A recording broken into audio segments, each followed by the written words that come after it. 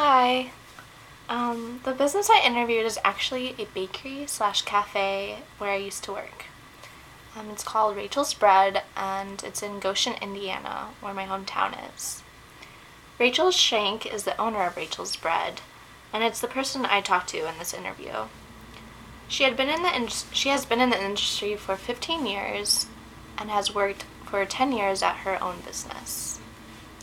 The memo for Rachel's Bread is artisan bakery with wood-fired ovens, emphasizing local and organic foods. And she definitely stands by her memo. Knowing about this project, I definitely wanted to pick this place because I knew I'd get accurate, interesting answers to my questions. And so I gave Rachel a call around 2:30 on Wednesday because I knew that the bakery is generally busy in the morning since it's a bakery, and then around 3 to 5:30 it gets busier again because people are getting off of work. Rachel was very cheerful on the phone when I talked to her. We updated each other about stuff just about school and everything, and she was very interested in how I was doing in school since I'm a baking and pastry student. The first question I asked her was, what made you start this business? She told me she made bread out of her home for many years before opening up her own business. It was a private business, letting only certain customers buy her bread.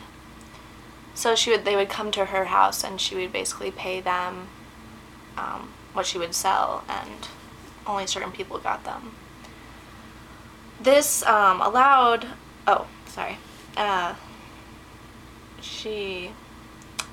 what made her start Rachel's Bread was letting other people appreciate her own bread.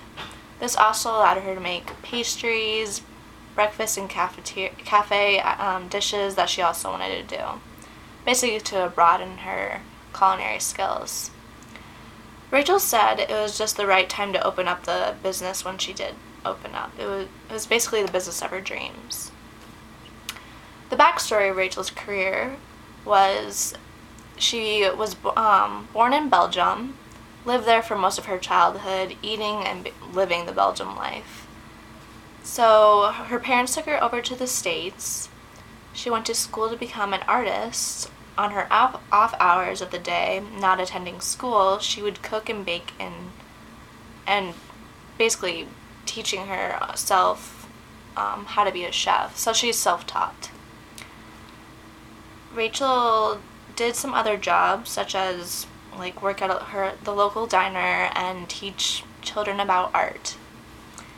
After art school, she did a major switch and decided to focus on baking bread and do art as a hobby.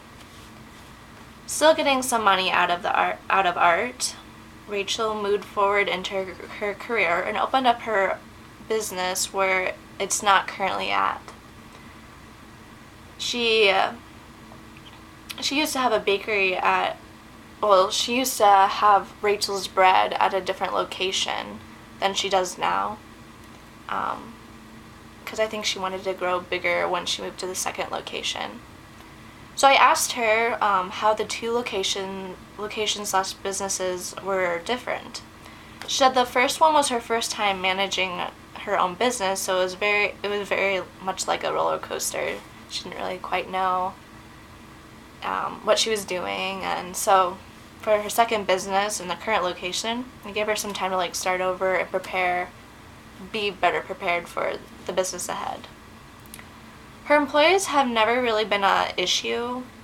When I asked her what she looked for in employees, she said generally young college kids that have a love for food, and that was fun. That was one of me. But yeah, every employee that I worked with there definitely loved their job and loved working there and enjoyed it. Since we're talking about employees, I asked, how would you go about firing an employee if you needed to? She has never fired an employee before. They had either quit for moving away or other purposes. But if she did need to, she told me that she would do it in a quietly manner tell them their qualities that she noticed that didn't fit in this type of atmosphere. She'd be very polite about it, but firm, which I think is very important, and not explode in their faces and be all mad to fire someone. You want to make sure the person's comfortable, and she definitely makes you feel comfortable. Her employees are a great part of how well Rachel's business is doing so well, basically.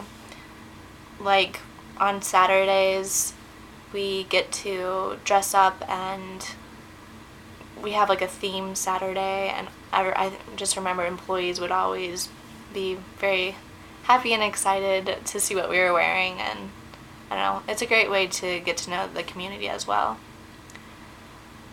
So customers always enjoy when they come in. We always see bright and smiling faces, excited to buy like a natural yummy treat. After talking about her employees, I asked her what makes her bakery and cafe unique. She said it gives the community local, natural, good food. The ingredients are generally straight out of the farmer's market, and her business now is right next to the farmer's market, so she has access to it all day, which is really nice. It's food people feel good about eating. It doesn't have any preservatives, just all natural. The kitchen is a very small kitchen. Space can be limited, especially when you have 4 to 5 people working in the back. Rachel always has music going on and lets her employees pick the music. Some personal management rules Rachel has is that she has her own station where she makes her bread, and she's the only one that makes the bread, which is just her way of doing it. And there's always a list every day that must get done. Everything must get done on the list. And she also adds, don't hesitate to ask questions, because obviously you want a good product in the end, and if you don't ask questions, then you'll do it wrong, and obviously it won't work out. And everything else is pretty straightforward once you understand how the kitchen is run and where everything is. It's a place where you can just take your time making the dish and having fun. Rachel's act of will is creating this comfortable, happy, organic, healthy environment, which tells me that she loves her job. It's the people that she does this for. Rachel said giving people joy is what matters, and if she can do that in food, then she's happy. Baking bread and pastries, creating flavorful food, working hard and having fun with her employees is what makes her motivated. Even if she does have to get up at 5 a.m. every day, the motivation is still there. Another question I asked was, what are her weaknesses and strengths? And she had a hard time determining an answer for this. But she did say that one of her weaknesses is mentally always being there, like putting forth so much effort into this business. And her strength is making good natural products for the community, which everyone enjoys. This also brought up the question of how much longer is she planning on staying in the business. And she happily said that in the near future, she'll actually look for someone else in charge. And why is because she did her time in opening up her dream bakery, but it's basically time for her to relax and enjoy her family and friends. She will still, however, bake bread from her home again to get some income, which she added in the interview. Having a business of your own is very time-consuming, obviously, and hard work, and it can bring out your breaking points, but she enlightens me in saying it's totally worth it. Preparing and hiring people that suit your business affair are important steps that help your business. So after the interview, I definitely learned quite a bit from talking to an actual owner of a business. And I personally want to open up my own bakery down the line, so I definitely took her stories and tips to heart. And she just showed me that managing a business has many qualities to it. Learning how to manage each quality will basically determine your will in opening a fantastic business that fits your community. So, thank you for listening.